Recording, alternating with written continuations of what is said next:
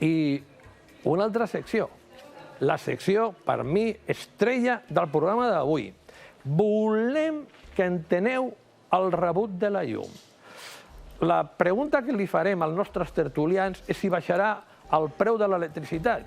Però, en aquest cas, en un exercici pedagògic per part de la Clàudia, us explicarà, acompanyada per mi, quins són els components principals de la tarifa regulada i de la tarifa lliure.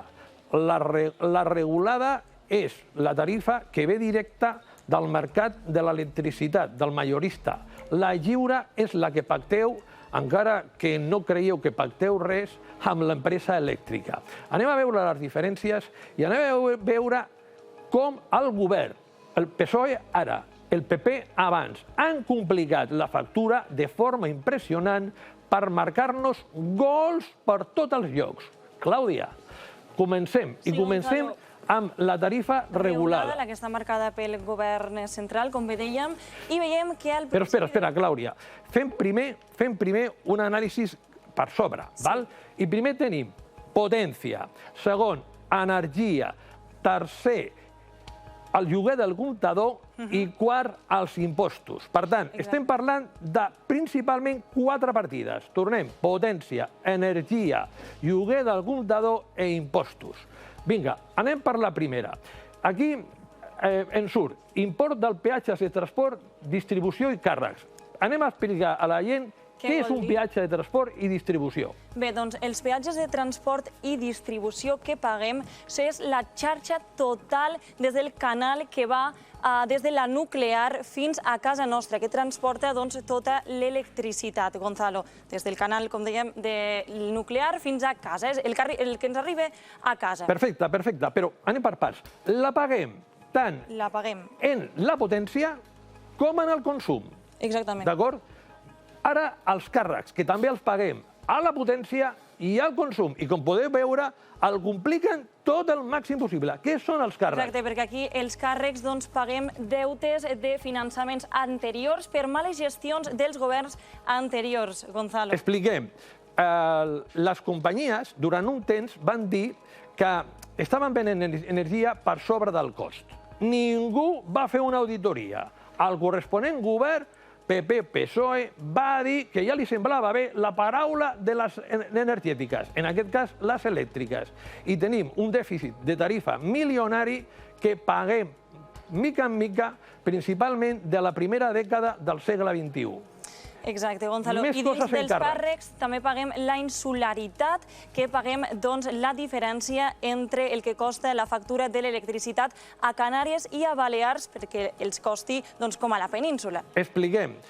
Portar l'electricitat a Canàries i Balears és molt més car que a qualsevol lloc de la península. Per tant, això seria una discriminació que els consumidors de Canàries i Balears paguessin més que la península. Per tant, això, el sobrecost, és repercutit entre tots els espanyols, de tal manera que els permet pagar justament el mateix que un de Conca, que un de Tarragona, que un de Lleida. Un altre càrrec que sumem a la factura de l'electricitat és la llotja, que és on es fa la subhasta diària per fixar el preu de l'electricitat, el pool, Gonzalo. Exacte. Però el més interessant, el que pràcticament ningú sap. Ningú sap. Ara, molt atents, perquè també paguem el que la gent roba. La gent que no paga l'electricitat ho paguem la resta de ciutadans. I això molts segurament no ho sabíeu.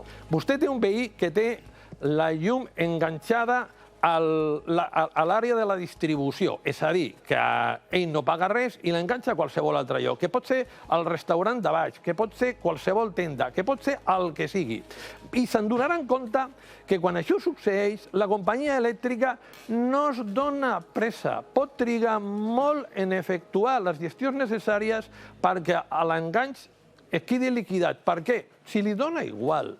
Si no li paguen aquests senyors que enganxen a la llum, li paguem tots els espanyols. Per tant, elles, passi el que passi, com poden comprovar, sempre guanyen. Gonzalo, ara anem a veure la potència. En aquest cas, en aquesta factura és del 9,2 quilowatts. aquesta potència és molt alta, Gonzalo. Aquí podríem tindre tots els electrodomèstics de casa endollats. I no fa falta, reviseu bé aquest punt, perquè si voleu estalviar hauríeu de negociar la potència i contractar una potència del 4,5, no? Sí, 4,6. Si el que observeu és que diu, mira, jo sóc capaç de no posar tots els electrodomèstics a la vegada, sinó quan poso uns no poso l'altre, d'acord? Possiblement podeu rebaixar potència. Però què passa a tenir una potència elevada? El que passa és que la llum no s'us anirà mai només a vosaltres. Si se'n va la llum, s'anirà a tothom. Perquè quan més potència tens, més capacitat tens de tots els electrodomèstics operar a la vegada i, per tant, més possibilitat de no talls de llum. I, Gonzalo, ens podries explicar també què signifiquen exactament aquestes xifres i per què varien? Sí, aquí tenim 26,16 euros en el període de punta i 1,14 en el període de vall. L'explicació és molt senzilla. Això són xifres pactades del govern amb les elèctriques. I és molt barata el període de vall perquè el govern vol que la xarxa de distribució no quedi saturada i pugui haver talls d'electricitat. Per tant, prima molt el consum en l'hora vall respecte a l'hora punta. Per què són 26 en l'hora punta i no 28 i no 30? És una decisió unilateral del govern, aunque sospitem tots que pactada amb les elèctriques. Però fixeu-se que hi ha un joc que es fa. Mireu, aquí podem posar més diners, més car el que és els import de peatges de transport i distribució a la potència o a l'energia. Sabeu què va fer el PP en el 2012? Van agafar les elèctriques i li van dir al Partit Popular, que estava en el poder, diu, mira, que ara la gent consumeix molta menys energia i, per tant, cobrem menys. Què va dir el Partit Popular? Ei, t'ho arreglo, redueixo el preu de la part d'energia, que només el pago si consumeixo energia, i el pago més quan més consumeixo, que és la part variable, i incremento la part fixa. Per què? Perquè, ja ho saben vostès, les elèctriques sempre guanyen, i els polítics, siguin del PP, siguin del PSOE, sempre estan amb elles, encara que ara sembla que les relacions no són massa bones. Continuem. Gonzalo, abans recomanàvem ficar la rentadora a la nit, a partir de les 9 de la nit, però ara l'hora més econòmica és de les 11 fins les 7 de la tarda. O sigui que ara recomanem a tots que fiqueu la rentadora sobre el migdia fins a última hora de la tarda. Molt bé, i anem ja pel final d'aquesta tarifa regulada. Costos de l'energia. Compte que esteu pagant una part que no surt moltes vegades. És la compensació a les gasístiques. Les gasístiques, com les han topat al preu, ara no guanyarien el que creien que es mereixen i, per tant, el paguem entre tots el que tenim tarifa regulada. I, finalment, tenim un impost de l'electricitat que ha baixat del 5,14 al 0,5 i un lloguer de comptador que és anecdòtic en l'import total de la factura i l'IVA, que va arribar a ser el 21 durant bastant temps i ara es queda en el 5.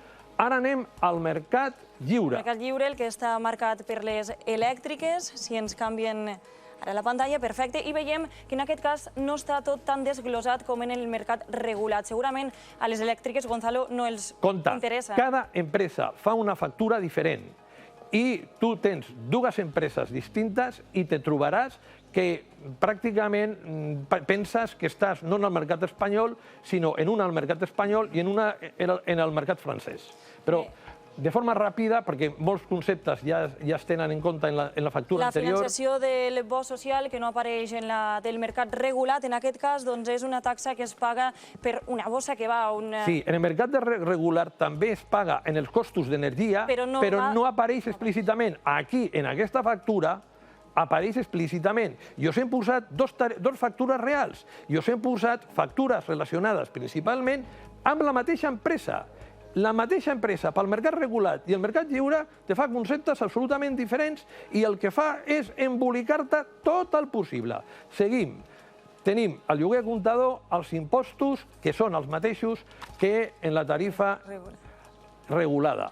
Per tant, recordeu, tarifa regulada, mercat majorista us afecta. Tarifa lliure, encara que no el sapigueu, heu pactat amb les empreses d'energia, en aquest cas elèctrica, el preu que us cobraran per quilowatt hora. Si us plau, quan renoveu, recordeu-vos de negociar. És fonamental negociar si voleu continuar en tarifa lliure per obtenir l'estalvi més gran possible. Quines recomanes, Gonzalo?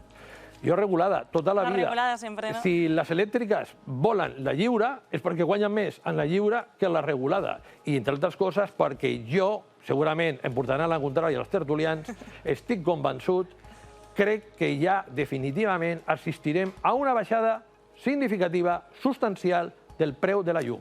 Moltíssimes gràcies, Clàudia, que has fet un gran esforç. Sí. Molt bé, doncs comença la tertúlia. I la tertúlia comença principalment amb el tema de si baixarà o no baixarà el preu de la llum. Com en coneixo, perquè l'altre dia, pràcticament, dels noms dels col·laboradors vaig encertar només la meitat, m'obligo a llegir. D'aquesta manera, no elimino, redueixo errades. Un habitual del programa, Andrea Filella, advocada especialista en dret d'empresa i litigació. Ferran Brunet, company de la universitat, en el cas seu, en la Universitat Autònoma, professor d'Economia. No, aquesta vegada sí, aquesta vegada sí. Elisa Martínez, economista i consultora financera. Moltes gràcies, Elisa, per venir aquí. Alberto Basté, president de la Comissió d'Energia Enginyers de Barcelona, i Manel Romero, d'UNEFCAT. Molt bé, començo pels especialistes.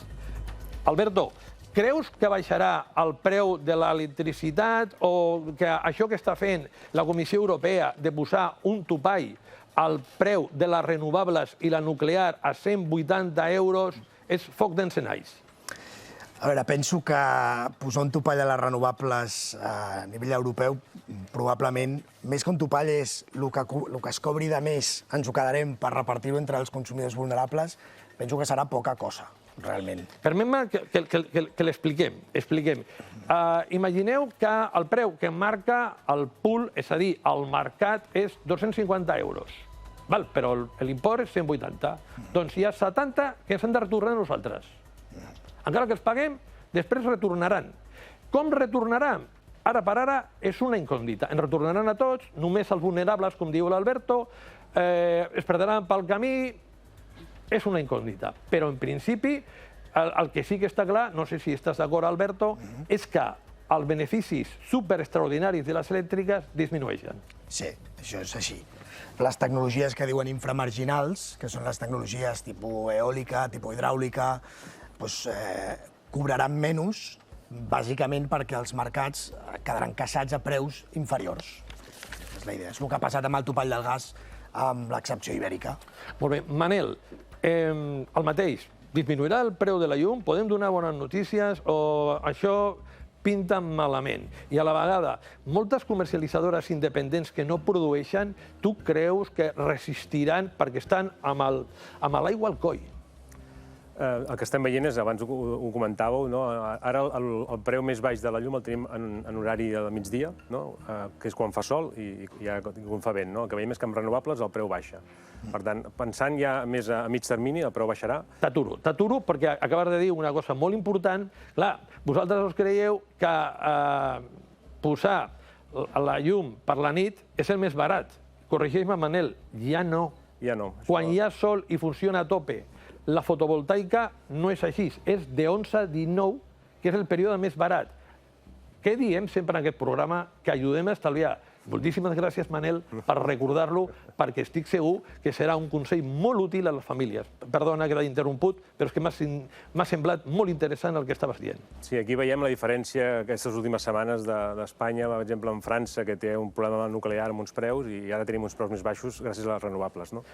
En horaris de sol tothom té un preu més baix, però és que qui té plaques a casa seva o a la nau encara té un preu més barat perquè no està comprant tanta energia. Per tant, són mesures que cada vegada estem veient més al mercat. Les empreses ens estan trucant, a les empreses instal·ladores, perquè veuen que les factures fa setmanes, mesos que són sostenibles i, per tant, demanen de posar plaques perquè un 30% automàticament s'estalvien de la llum. Molt bé, comencem ja, després d'aquesta introducció per part d'ells, de què penseu, la resta. A mi, en relació al que acaba de dir ell de les renovables, m'agradaria dir que moltes empreses ara mateix no es poden permetir el cost de fer aquesta inversió en energies renovables. Llavors, què li recomanaríeu a aquestes empreses? Perquè el màxim que han pogut fer moltes ha sigut canviar les bombetes a llums LED, per exemple. Llavors, com podem fer això, que sigui realment...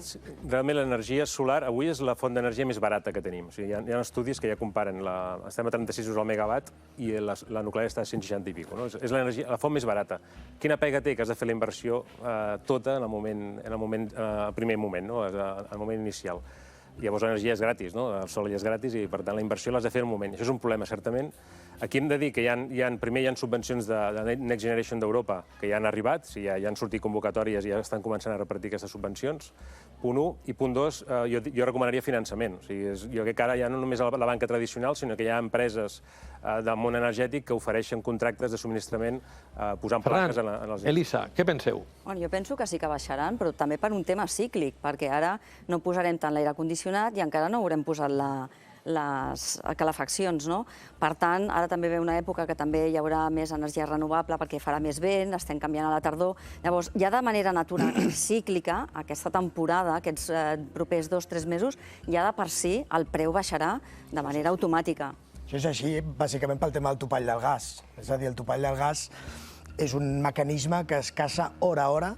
Llavors, quan hi ha poca demanda del sistema, normalment la solar ara mateix està aconseguint cobrir una bona part de la demanda, l'eòlica també, llavors entra poc gas. Llavors el topall del gas a les hores diurnes és barat.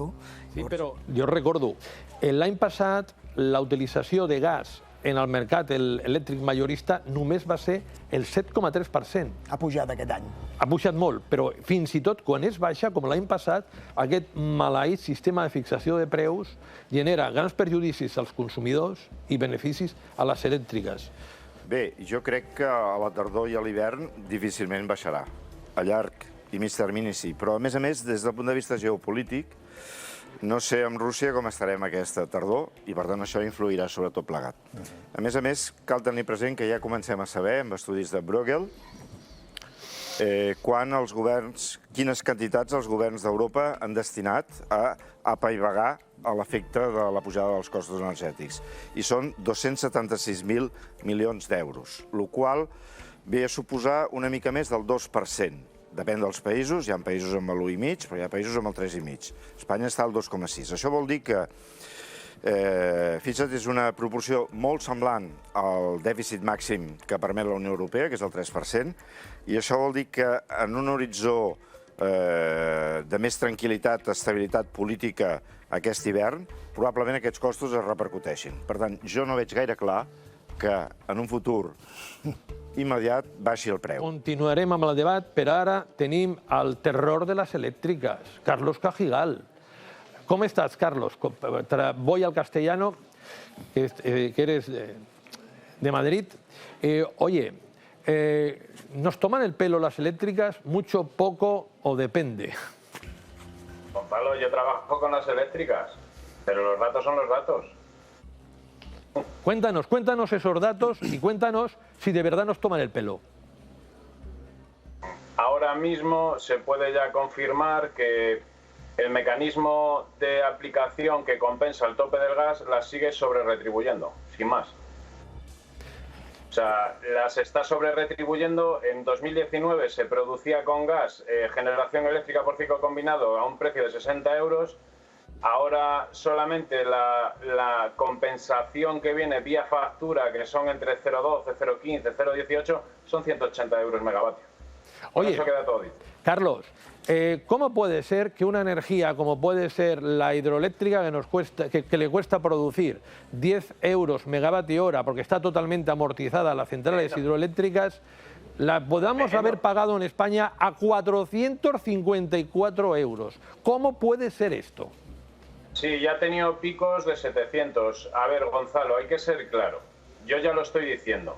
La asignación de recursos públicos en España al sector eléctrico privado ha resultado nefasta para la población. Todas las centrales, la generación hidroeléctrica, todas las centrales son de titularidad pública y os voy a dar un dato. La mayor concesionaria de todas esas centrales hidroeléctricas es Iberdrola. Producen casi a coste cero, que es menos de esos 10 euros megavatio hora que dicen algunos, yo os digo que es menos, y están vendiendo, han tenido el pico récord, lo vendieron a 700, me parece, algo así, el año pasado.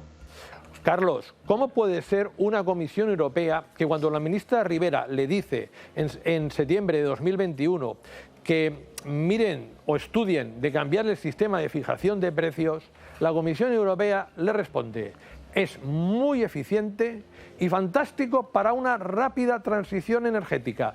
Y un año después, von der Leyen dice de todo de ese sistema de fijación de precios. ¿Qué pasaba el año pasado que no pasa este año? Gonzalo, el sistema marginalista se establece en Europa y se impone a los 27 países por los países del norte. Lo que buscaban y le encargan a una empresa belga, ese famoso algoritmo Eufemia que era indescifrable y lo cogemos y lo destrozamos, pero bueno, lo que se busca es un sistema y un algoritmo que cree un sistema marginalista. En lo que interesa, lo primero es, las eléctricas no pueden perder dinero por ninguna tecnología. Eso es lo primero. Lo segundo, las eléctricas tienen que encontrar financiación directamente sobre el mercado.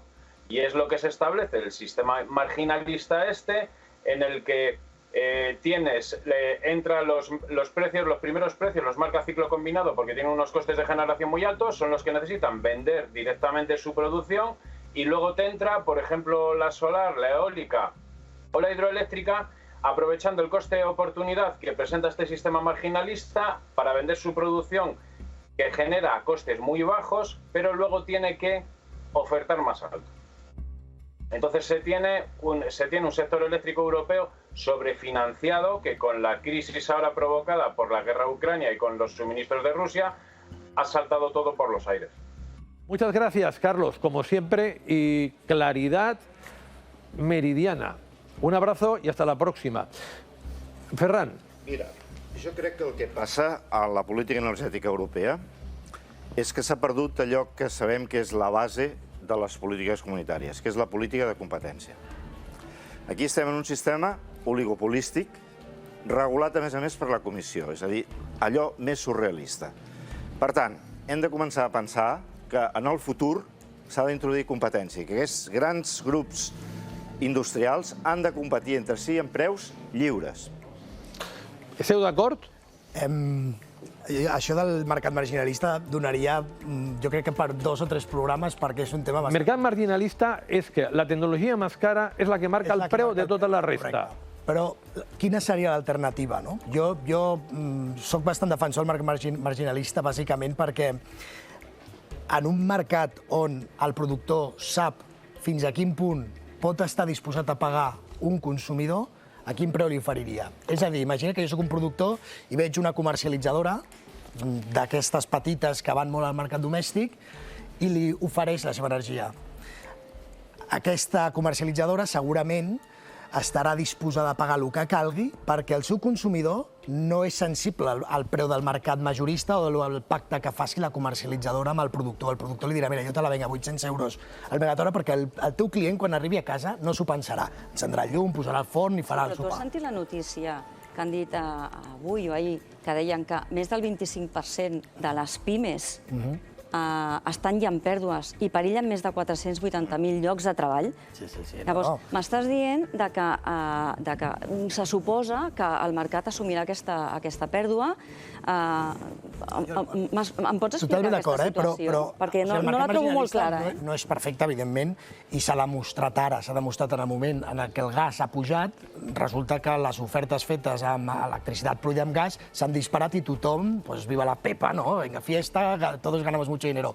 Això demostra, d'alguna manera, que el mercat marginalista té un límit, i aquest límit és quan una de les tecnologies de sobte fa una cosa rara, que és el que ha fet el gas, amb tot el problema de la crisi d'Ucrània, i problemes més estructurals de fons que hi ha amb el gas natural, no?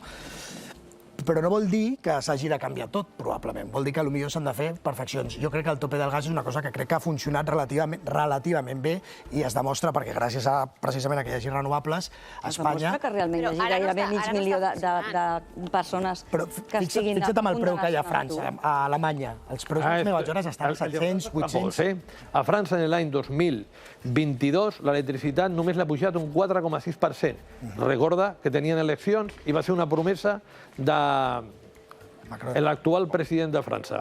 Evidentment, l'ha pagat les conseqüències electricitat de França, que l'han tingut que rescatar. Exacte. He vist ofertes alemanyes, de comercialitzadores alemanyes, al quilowatt-hora 70 cèntims. Aquí això encara no ho hem vist. Estem a 40, amb peatges i tot inclòs. Tampoc estem tan malament respecte a la resta d'Europa. Estem fatal, que som un país més pobre. Això és així. No tenim on escollir. O sigui, aquí qualsevol consumidor no té on escollir. Jo vull escollir un preu de llum que sigui just. I no puc perquè és que totes les companyies m'ofereixen el mateix. I això no es pot permetre. No es pot permetre que les empreses ara mateix estiguin deixant de fabricar productes perquè no tenen energia per crear-los. Hi ha moltes empreses que estan deixant de produir. O sigui, tenim un problema molt real. Jo diria una cosa que amb tota la normativa aquesta que volen implantar a Europa, així que hem de reduir el consum, o les grans ciutats el consum un 10%, jo llanço aquí una pregunta. O sigui, tindrem les llums de Nadal? O també les haurem d'eliminar? Indiscutiblement sí. Alemanya no se la perdran.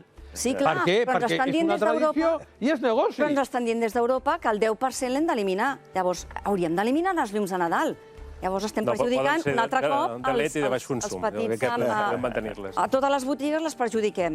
I les haurem de tancar, això sí, a partir de les 9 del vespre s'hauran de tancar els llums. Manel. Què està dient Europa, no? Hi ha un tema de mercat marginalista que jo crec que té moltes fuites que s'han d'arreglar. Hi ha un tema d'oligopoli, com dèieu, de com està el mercat a Europa amb grans elèctriques. Hi ha un tema també de centralització de la producció elèctrica. O sigui, hem de canviar un model molt centralitzat a un model descentralitzat que al final és autoconsum, són petites plantes, i és on ara, per exemple, el PP amenaça amb dir no, potser hem de frenar les renovables, potser hem de recuperar la nuclear. Aquí crec que és el gran perill, ja no pel medi ambient, sinó també per l'economia. O sigui, jo crec que ens anem a mantenir aquest sistema. La nuclear és una energia verda. Manel. No. Ara interessa, no? Taxativament no. Fem una petita pausa en el debat, que no en el programa, perquè ara tenim el senyor Pau Vila. Em sembla que ja m'he equivocat, que és Joan Vila, i que té una solució. Jo, que he parlat amb ell diverses vegades, té una solució contra aquest mercat marginalista, que podria baixar el preu de l'electricitat de forma regular. M'agradaria que ens l'expliqués, si us plau. Bona nit. De fet, hi ha dues propostes. Una és més senzilla, perquè la gent l'entengui, és deixar el costat inframarginal amb un preu fix on els costos de totes les tecnologies que entren estessin coberts. Aquest cost és 60 euros al megawatt hora. I per l'altre costat se li suma el gas. Això és la solució més fàcil. Què passa? Que els economistes i la Unió Europea i els polítics, per qüestions ideològiques, no volen sortir d'aquest famós mercat marginalista. Bé, doncs la segona solució, mantenint el mercat marginalista, seria fer dues subhastes diferents. La del gas, com es fa ara, i una altra amb les tecnologies inframarginals. I com s'ha de fer perquè aquestes tecnologies entrin en competència entre si? Doncs molt senzill. Acotar la quantitat d'energia que poden vendre cada dia a la xarxa. I aquesta quantitat hauria de ser lleugerament inferior al seu potencial. Per exemple, si el potencial que tenen amb una hora solar és de 25.000 megawatts, doncs l'energia que podrien vendre en aquella hora hauria de ser, per exemple, 1.000 megawatts menys, 24.000. I així els obliguem a estar en competència entre ells. I, per tant, que no tothom entrés en el sistema, que és el que està passant ara. Senyor Joan Vila, una preocupació meva, que em sembla que aquí a la taula del debat més d'un també la té. Catalunya és molt deficitària en energia. No produïm renovables perquè sembla que la fotovoltaica no els agrada als pagesos i sembla que l'eòlica destrueix alguns paisatges. Què podem fer? hem de canviar la legislació aquí a Catalunya. Hem de recordar que durant molts anys Catalunya només va tenir un molí de vent, i petitet. Què hem de fer? Bé, en primer lloc, pedagogia com estem fent tots. Tots estem intentant fer això. Per exemple, convèncer el món de ramader i el món agrícola de que hi ha possibilitats per a ells, que són interessants, de poder fer agrovoltaica, és a dir, posar fotovoltaica sobre fruiters o sobre vinyes. Això és un win-win, si protegeix l'agricultura i dona un ingrés extra en el pagès. Aquesta és una. L'altra és convèncer-los que els purins i tots els residus ramaders puguin donar també biogàs, que és un altre ingrés pel món ramader. I finalment els hem de fer entrar a tots plegats, i no només en els pagesos, perquè això ja és tothom, que l'energia renovable i resoldre aquests problemes energètics i la nova economia té un cost, i aquest cost és paisatge. I, per tant, hem de pagar aquest cost de paisatge. Ara bé, està clar que la gent diu, cony, posa-la a Barcelona, no? O posa-la entre Girona, no me'l facis posar a l'Empordà, no me'l facis posar a la Terra Alta, no? Bé, doncs segurament aquí ens fa falta a tots plegats una mica de mà esquerra per entendre que aquests territoris han de tenir compensacions, perquè aquest cost només el tenen ells, no el tenim nosaltres. Per tant, hi haurien d'haver compensacions. Que això, per exemple, podria ser tenir un grau de prioritat quan les inversions de la Generalitat es fan en el territori. Per exemple, hi podrien haver-hi altres mesures. Moltes gràcies, senyor Joan Vila. Molt interessant, com sempre. Moltes gràcies per tota la informació que sempre ens dona i el suport al programa. Manel, jo estic preocupat, molt preocupat per la fotovoltaica, també per l'eòlica a Catalunya. I ja per tots, perquè ja estem en els últims minuts d'aquest primer debat. Què podem fer? Aporto dades perquè jo crec que així ens posem una mica en el context en el que estem. Mirem a Europa, el país, hi vaig a watts per càpita, no en dades absolutes. Watts per càpita. Holanda, 825 watts per càpita. Primer país europeu, en càpita, de watts de fotovoltaica. Alemanya, el segon país, 714. Espanya, 337. I Catalunya, 57. O sigui, estem tan a la cua, tenim tanta feina a fer, que evidentment tota aquesta pedagogia que hi ha el Joan Vila, això evidentment s'ha de fer, hem d'anar per aquí. Alberto, com el veus tu? Hem de millorar molt a Catalunya en fotovoltaica, en eòlica? Catalunya va molt endarrerida, des de fa molts anys se'n parla. Hi ha molt debat, perquè al Col·legi d'Enginyers precisament s'ha fet molt debat sobre el tema del problema del territori, que hi ha com molta resistència, i és parlar, però s'ha d'avançar, perquè jo crec que hi ha un risc encara pitjor que protegir les terres, que és la crisi climàtica, que acabarà arrasant-ho tot. Per tant, és fonamental. I jo penso que Espanya en general, no sols Catalunya, té una oportunitat brutal amb les energies renovables, especialment la fotovoltaica, perquè és una mica potser el granero energètic d'Europa. Per tant, més interconnexions i més producció solar a la península Ibèrica, bàsic com a mecanisme de transició. Moltes gràcies, Alberto Basté, Manel Romero. Aquí acaba la vostra participació en el debat. Crec que ha estat molt interessant